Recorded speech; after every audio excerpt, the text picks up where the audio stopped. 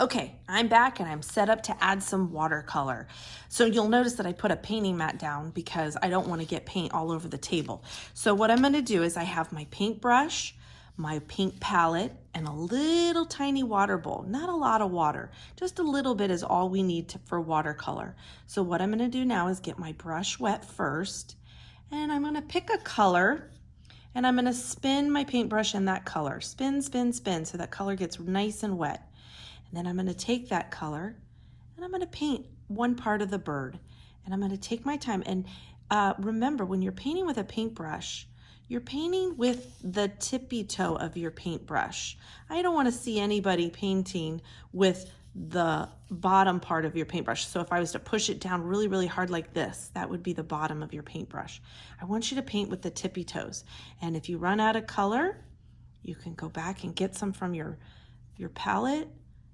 And if it's too dry, you can't get the paint to move like I'm struggling, you can always get your brush wet again and you can add more color. Okay, I felt like a purple head today for my turkey. You can make your turkey head whatever color you want.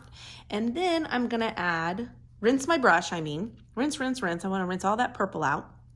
And I want to pick a color to paint over top of the body of my turkey bird. So I'm going to, I think orange and purple could be really pretty together. So I'm going to spin my brush in the orange, and I'm going to use the tippy toes of my paintbrush, and I'm going to paint orange over top of my blue feather lines for the body of my turkey bird.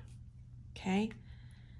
And I want you to just have fun picking colors to paint over top of all of your patterns, every one of them. Because what happens is when you put watercolor over your crayon pattern lines, it really makes the colors pop, okay? And so what I'm gonna do now is I'm gonna keep painting, but we're gonna go a little bit faster and you can take your time. That way you can see what it looks like at the end. All right, here I go.